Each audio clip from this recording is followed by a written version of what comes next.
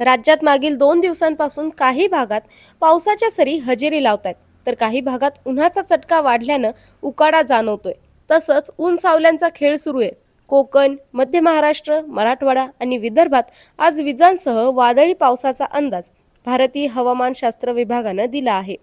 आज रायगड, ठाणे, पालघर, पुणे घाटमाथा, नाशिक घाटमाथा आणि सातारा घाटमाथ्यावर तुरळक ठिकाणी मुसळधार पावसाचा अंदाज वर्तवण्यात आला असून येलो अलर्ट देण्यात आला आहे.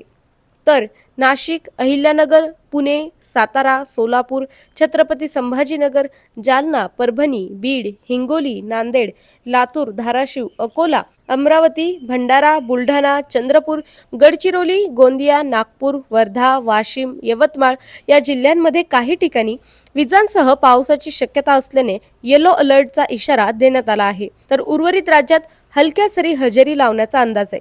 तर उद्या म्हणजेच रविवारी पुणे घाटमाथा, पुणे, अहिल्यानगर, बीड, परभणी, हिंगोली, वाशिम, बुलढाणा, अकोला, यवतमाळ, अमरावती, वर्धा, चंद्रपूर, नागपूर, भंडारा, गोंदिया, गडचिरोली या जिल्ह्यांमध्ये वादळी पावसाचा इशारा देण्यात आला आहे. तर उर्वरित राज्यात हलक्या सरी हजेरी लावण्याची शक्यता हवामानशास्त्र विभागाने व्यक्त केली आहे.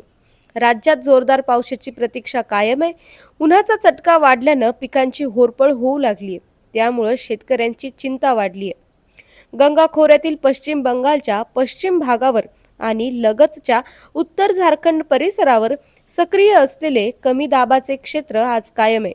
या प्रणालीसोबत समुद्र सपाटीपासून सुमारे 5.8 किलोमीटर उंचीपर्यंत चक्राकार वाऱ्यांची स्थिती असून उंचीनुसार ती नैऋत्येकडे झुकलेली आहे. समुद्र सपाटीवरील मॉन्सूनचा आस असलेला कमी दाबाचा पट्टा अमृतसर, कर्नाल, बरेली, लखनौ, पाटणा, गंगा खोऱ्यातील पश्चिम बंगाल आणि लगतच्या उत्तर झारखंडवरील कमी दाबाच्या क्षेत्राच्या केंद्रातून डायमंड हार्बर मार्गे ईशान्य बंगालच्या उपसागरापर्यंत सक्रिय असून तो समुद्र सपाटीपासून सुमारे 0.9 किलोमीटर उंचीपर्यंत विस्तारलेला आहे. रोज संध्याकाळी 4 वाजता आपण हवामानाचा अंदाज घेत असतो.